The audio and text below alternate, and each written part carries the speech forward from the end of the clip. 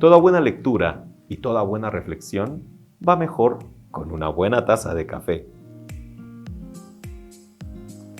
Ya estamos listos para la nueva temporada del Café Bíblico Teológico de Semisud. Este jueves 25 de febrero y todos los jueves a las 6 de la tarde, hora de Ecuador, tendremos este espacio de reflexión y aprendizaje junto a expertos en los estudios bíblicos y teológicos en América Latina. Solo nos hace falta que tú nos acompañes. Café Bíblico Teológico. Nos vemos.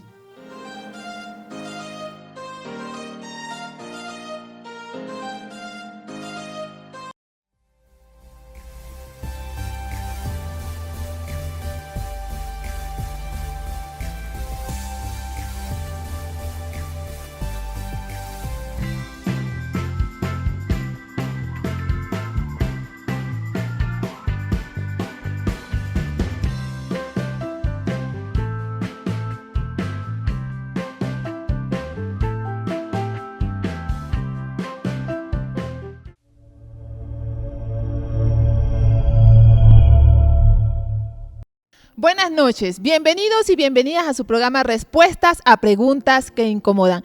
Espero que estén muy bien y disfrutando de este tiempo junto a nosotros y con un cafecito en esta noche fría. Yatensi, ¿cómo está? Muy bien, Yadelsi, feliz. Muy bien, se ve guapo, Yatensi. Bueno, muy elegante. Hoy me tocaba baño y me tocaba ponerme algo de terno. Muy bien, muy bien. Amigos y amigas, hoy tenemos una pregunta muy curiosa. Dice Daniel Posada de Venezuela: ¿existen los demonios? Si los demonios no existen, entonces ¿cómo se explican los exorcismos que hizo el maestro? Y también, ¿cómo se explica la incorporación de espíritus sobre una persona?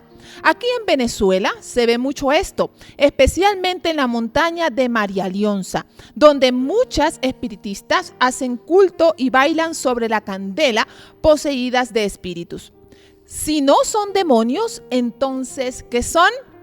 Añade Daniel: muchas gracias por el programa, no me lo pierdo. Saludos desde Mérida, Venezuela. Muchísimas gracias, Daniel, por enviar esta pregunta. Yatensi, yo estaba esperando este programa porque tengo muchas preguntas. Cuando yo era adolescente, observé en mi iglesia muchas personas endemoniadas. Así que seguramente que los amigos y amigas también están esperando este programa con ansias. ¿De dónde procede el término demonio? Bueno, Yadesi, un gusto en saludarla y también a todos ustedes.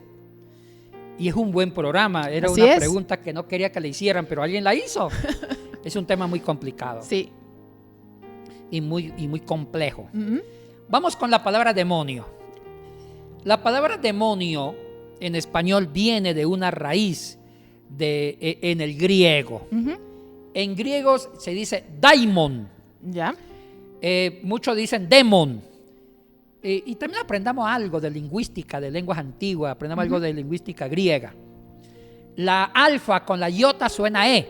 Entonces, aunque se escriba daimon, se pronuncia demon. Y esa expresión griega tiene una historia. Antes venía de otro término griego mucho más antiguo que era de género neutro. Interesante. Venía de otro término más antiguo de género neutro que era también el daimonión. Daimonión fue el término más ancestral antes que daimon. Y daimonión era neutro, no era ni masculino ni femenino. Y no se refería a una entidad o a un personaje real. No. Era algo abstracto, algo bueno, inclusive no era tan malo. Era algo bueno que a veces podía ser algo medio negativo. De ahí se formó el término daimon. Ya daimon es de género masculino y traduce demonio. Pero cuidado, antiguamente en el pensamiento griego la palabra daimon no tenía una connotación negativa. No era el demonio como lo concebimos ahora, no. Daimon era un ente espiritual y tenía una parte muy positiva. Ese término era positivo, era para hablar cosas buenas, cosas espirituales, pero hay que entender que la palabra espiritual no era solamente religioso. Para los griegos, los valores del espíritu eran los valores de la filosofía, la poesía, la música, el conocimiento, la sabiduría. Entonces, cuando ellos amaban la verdad, buscaban el arte, les encantaba hacer filosofía, le llamaban valores del espíritu, virtudes del espíritu. Entonces, el término espíritu en el mundo griego era más en cuanto al conocimiento. Y ahí fueron forjando la palabra daimon como valores del espíritu. E inclusive daimon también habían ángeles, los ángelos, ángeles mensajeros.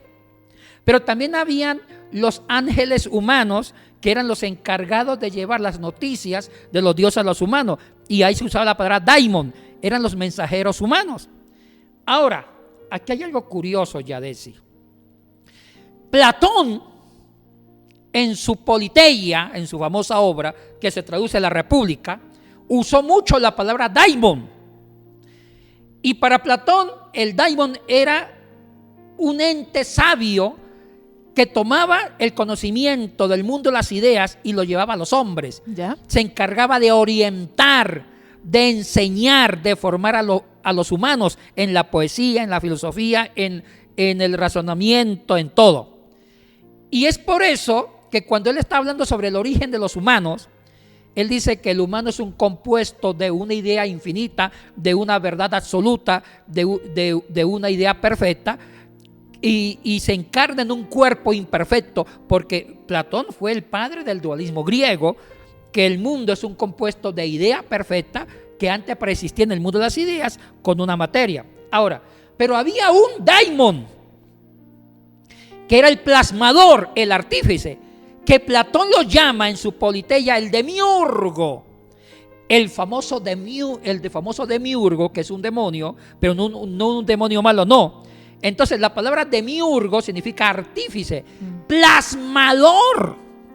Entonces, ¿qué significaba el demiurgo, Yadesi? Era un demonio o un ente espiritual que se encargaba de bajar una idea bonita, perfecta, y la encarnaba en un cuerpecito. O sea que el demiurgo viene de daimon, el demonio, el espíritu plasmador. Ahora, pero también daimon viene de una raíz verbal griega. Ahí viene la palabra diasteiei. Diasteia, también diasteia, ese es el verbo que significa distribuir, repartir. ¿Ya? O sea que de ahí viene daimon, que es un demonio, un espíritu que distribuye y reparte, en la figura del demiurgo, que tomaba las almas y las encarnaba en un cuerpo, distribuyendo las almas en cuerpos humanos. Es decir, que el demonio no estaba en un principio conectado con el mal, No. como ahora lo conocemos. No. En el mundo griego era positivo. E inclusive con ese término nació la palabra felicidad. Ya. Y también el término buen espíritu. Y había un término que se llamaba eudaimonía. Eudaimonía, o también eudemonía, significaba buen ánimo, buen espíritu o alegría o felicidad.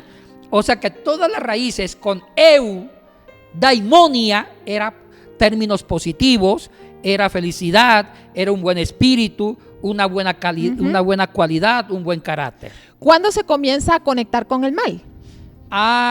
Con la Septuaginta griega. Ok. Cuando se produjo la traducción de los 70 del Antiguo Testamento hebreo al griego, hacia el año 250 a.C., cuando uno de los Ptolomeos, dialogando con Demetrio, el famoso bibliotecario de Alejandría, deciden tener una copia de las escrituras judías en griego. Correcto. En Alejandría. Sí. Entonces, en esa traducción de los 70, ahí se usó la palabra daimon o demon en sentido negativo, de espíritu malo o de una actitud mala. Ya.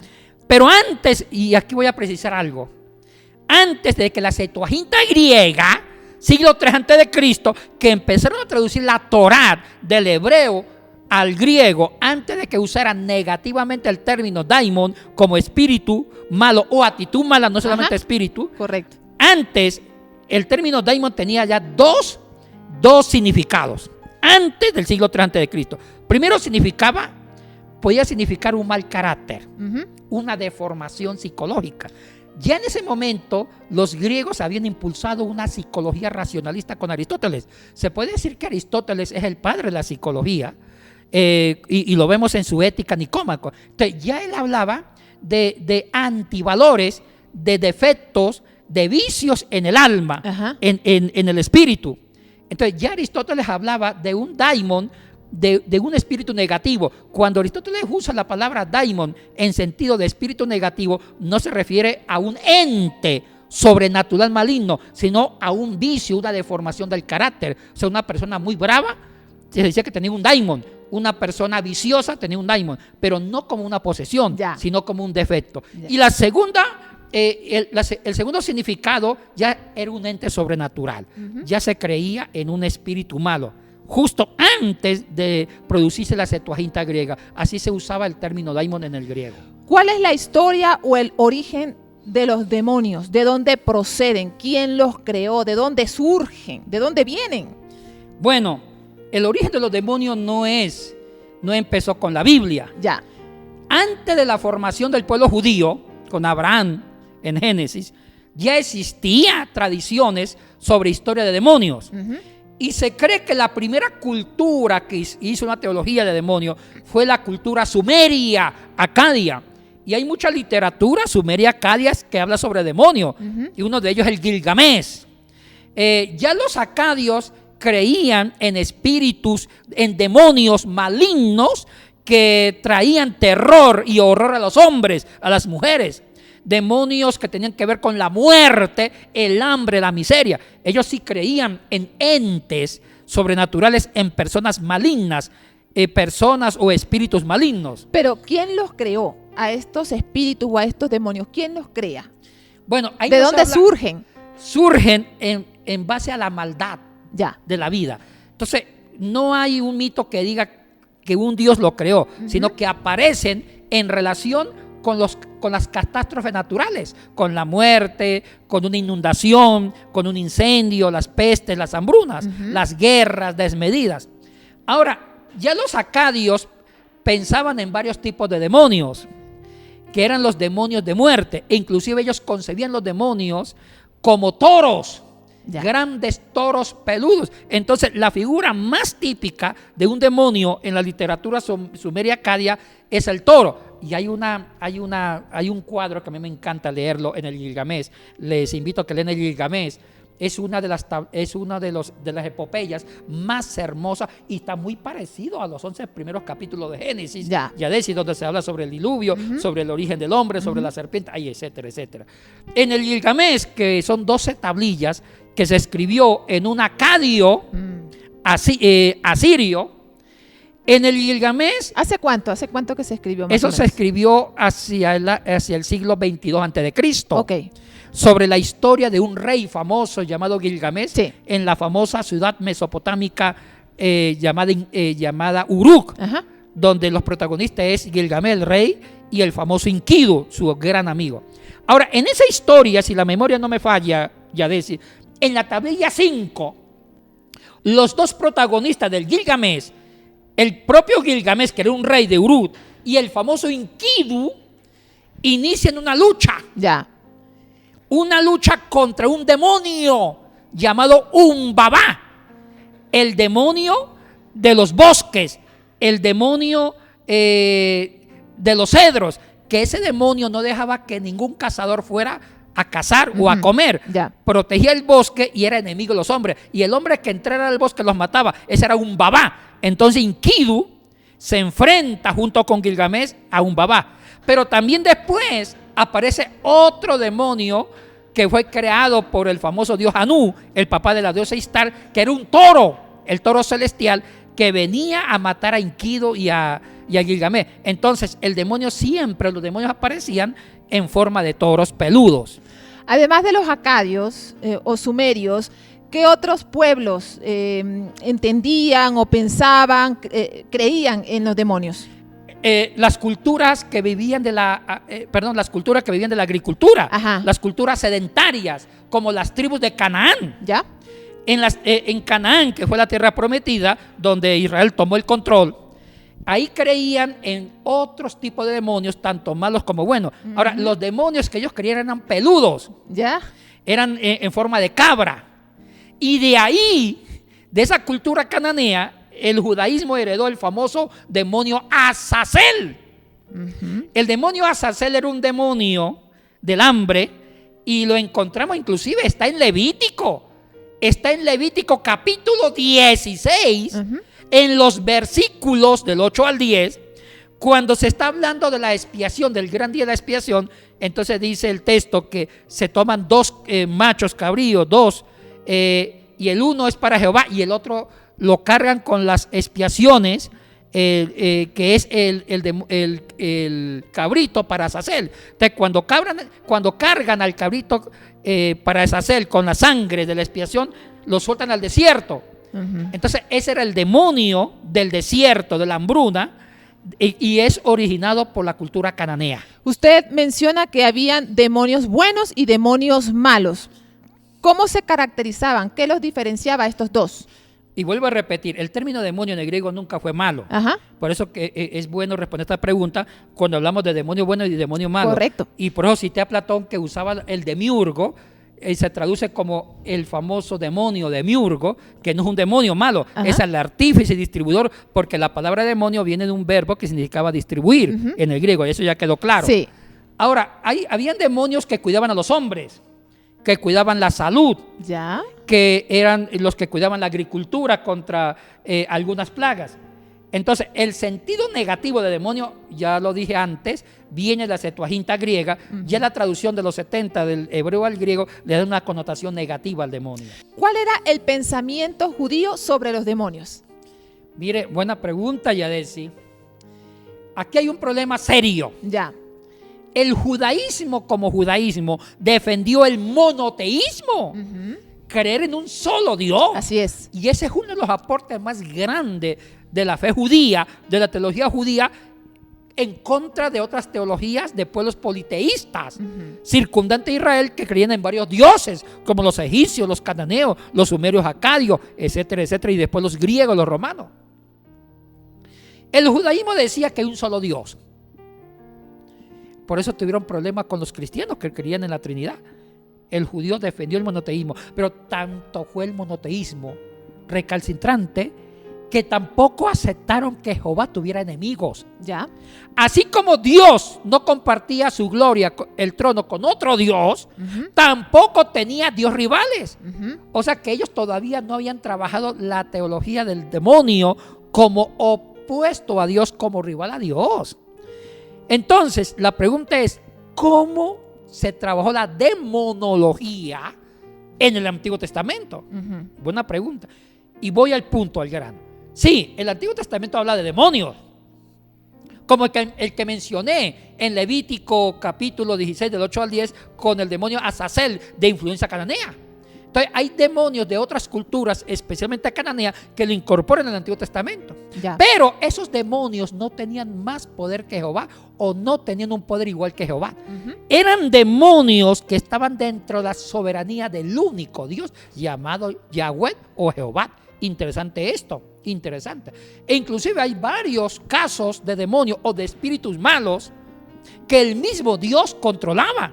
Cuando Dios mandó un espíritu malo a Saúl, este espíritu estaba dentro de la soberanía de Dios. En conclusión, la demonología no estaba igual a Dios o por encima de Dios. Dios controlaba el bien y el mal, como lo dijo Job. Ya. Ahora, si uno revisa profundamente el Antiguo Testamento, sí, habían dos tipos de demonios. Los famosos Seirín y los Chedín. Los Seirín eran los demonios peludos en la figura de cabras, y justo Azazel era un demonio Seirín en esa clasificación porque era peludo, era una cabra. Y estaban los Chedín, que eran otro tipo de demonio. Entonces, la demonología no fue algo tan importante en el Antiguo Testamento.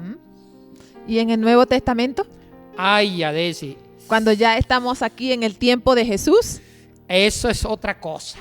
A ver, ¿cómo se entiende? Ya en el Nuevo Testamento hay una teología mucho más desarrollada, más clara sobre la demonología. Y vemos textos directos. Así es. Que Jesús lidió con demonios, enfrentó demonios. Así Pero es. una aclaración. Antes de revisar esos textos que están en los evangelios, sobre todo en los sinópticos, Así. Mateo, Así es. Sí. Marcos, Lucas. Oiga, Juan no trabaja la demonología. Eso es para pensar por qué Juan no lo trabajó la demonología. Solamente los evangelios sinópticos. Ahora, una cosa importante. Antes de lidiar con los textos en los evangelios, quiero que tengamos presente dos cosas, Yadetsi. Ya el término daimon o demon, demonio, significa dos cosas. Voy a retomar lo que significó en el griego. Usted sabe que una lengua es la expresión mental de una cultura. Así es. Entonces, si los griegos inventaron el término daimon o demon, que significa demonio, y ya expliqué eso, hay que respetar la carga semántica. Los griegos crearon la sintaxis, la semántica del término. Entonces, hasta aquí, antes de los 70, ¿qué significaba daimon? Dos cosas. Significaba una fuerza espiritual. Primer significado de daimon, fuerza espiritual. ¿Qué significa? No significa un personaje malo, no. Una fuerza espiritual negativa, como decir un mal carácter, una prostitución, embriagarse excesivamente, ser borracho, robar. Entonces, daimon podía significar un mal hábito. Así lo usaban los griegos antes de la Septuaginta griega para daimon. Pero también daimon significaba un poder sobrenatural, ya un personaje, una figura espiritual malévola. Entonces, cuando revisemos los casos de endemoniados, cuando Jesús enfrentó a demonios, tienen uno de los dos sentidos. Puede ser que Jesús expulsó demonios, no necesariamente eran entes sobrenaturales, era un personaje, no. Pudo ser que Jesús curó a una persona con un mal carácter, con un espíritu de prostitución, un espíritu de enfermedad, porque también la palabra daimon estaba asociado con una enfermedad. Muy bien. Estar cojo, ciego, pero que no significaba un demonio como tal. Correcto. Pero también hay momentos que Jesús sí expulsó a demonios. Entonces, con esa aclaración, esto que acabo de decir para la exégesis vale oro puro. Así es. Porque no todas las expulsiones demoníacas eran demonios en sí, eran enfermedades que Jesús estaba reprendiendo. Ya, entonces con esta aclaración, ¿cuáles son esos textos bíblicos desde el Nuevo Testamento? Hay un texto que está en Mateo, cuando Jesús inició su vida pública, inició su vida ministerial. Está en Mateo capítulo 4, en los versículos 23 y 25. Dice, y usted nos puede ayudar, dice Sí. que Jesús, hay algo curioso, dice que Jesús empezó el ministerio y dice sanando. Pero cuando dice sanando, incluye sanar a cojos, paralíticos y también sacar demonios. Así es. O sea que expulsar demonios en ese contexto no eran demonios como entes sobrenaturales. Como personajes malos, no. Ya. Era espíritu de enfermedad, de mal carácter, de vicios, de un mal hábito. Dice el texto, Yatensi, y recorrió Jesús toda Galilea, enseñando en las sinagogas de ellos y predicando el evangelio del reino y sanando toda enfermedad y toda dolencia en el pueblo. Y se difundió su fama por toda Siria y le trajeron todos los que tenían dolencias, los afligidos por diversas enfermedades y tormentos, los endemoniados, lunáticos y paralíticos, y los sanó. ¡Ay, qué interesante! Usa el verbo sanar también para los endemoniados, paralíticos, lunáticos. Quiere decir que no estaba expulsando demonios Ya. como entes sobrenaturales, sino que estaba curando enfermedades o curando un problema psicológico, un trastorno emocional. porque antes no existía todavía Sigmund Freud, la psicología no había avanzado mucho, pero sí ya se identificaban personas que tenían problemas de trastornos mentales. Ya Aristóteles había trabajado mucho esto en una psicología racionalista, entonces ya sabían qué personas estaban enfermas mentalmente. Correcto. A eso le llamaron trastornos y le llamaban daimon. Tenían un demonio que lo hacían que tenía una patología.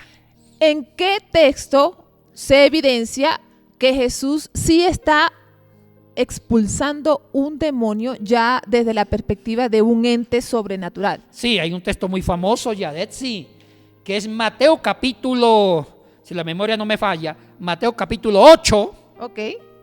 versículos del 28 al 34, o también es el mismo texto que está en Marcos, que es una versión mucho más larga, más elaborada, Marcos capítulo 5 del 1 al 20. Bueno, hay una diferencia, se refiere al endemoniado gadareno. Sí. En Permítame leerlo, Yatensi. ¿Cuál versión va a leer? Marcos 5 Sí.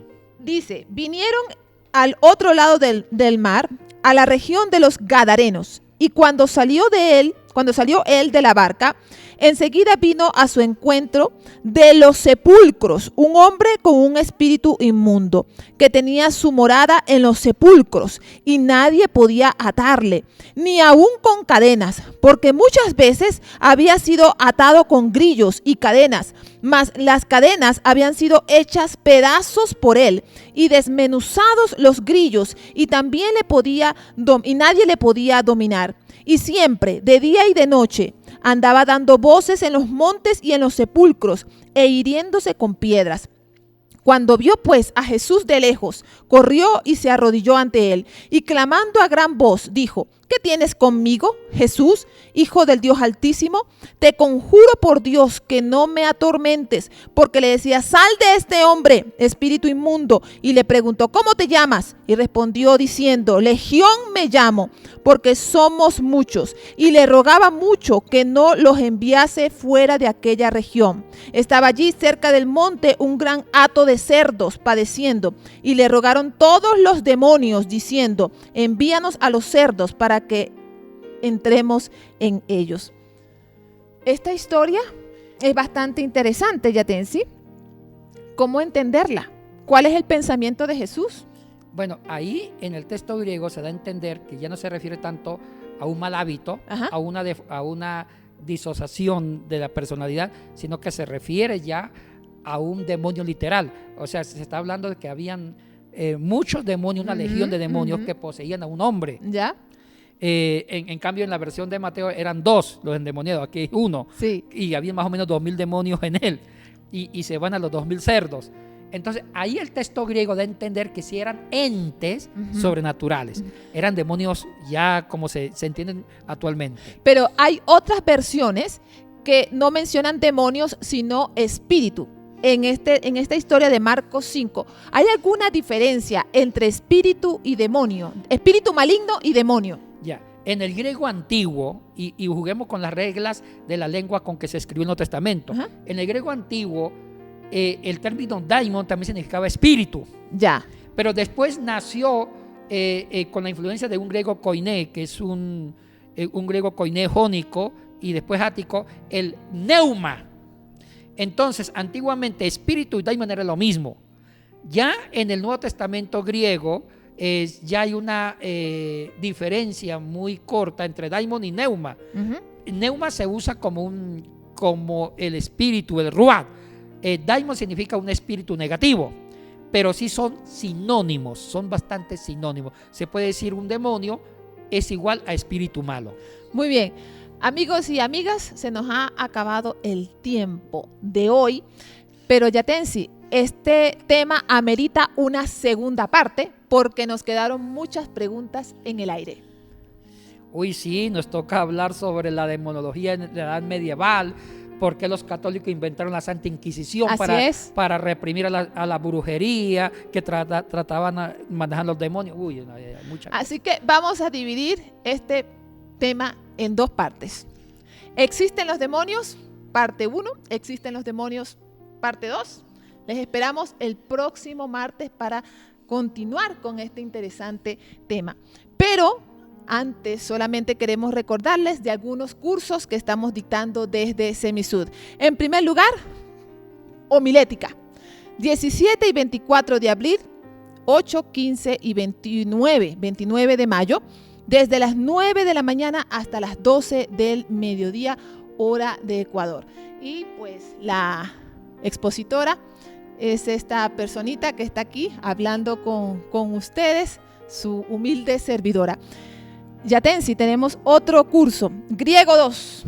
Este curso se va a dictar desde el 12 de abril al 22 de mayo, lunes, miércoles y viernes, desde las 6 de la tarde hasta las 9 de la noche, hora de Ecuador. ¿Y quién es el humilde servidor? Bueno. Yatensi Bonilla. ¿Algo que decir sobre estos cursos, Yatensi? No, son 2 cursos importantes, uno sobre homilética. Uh-huh.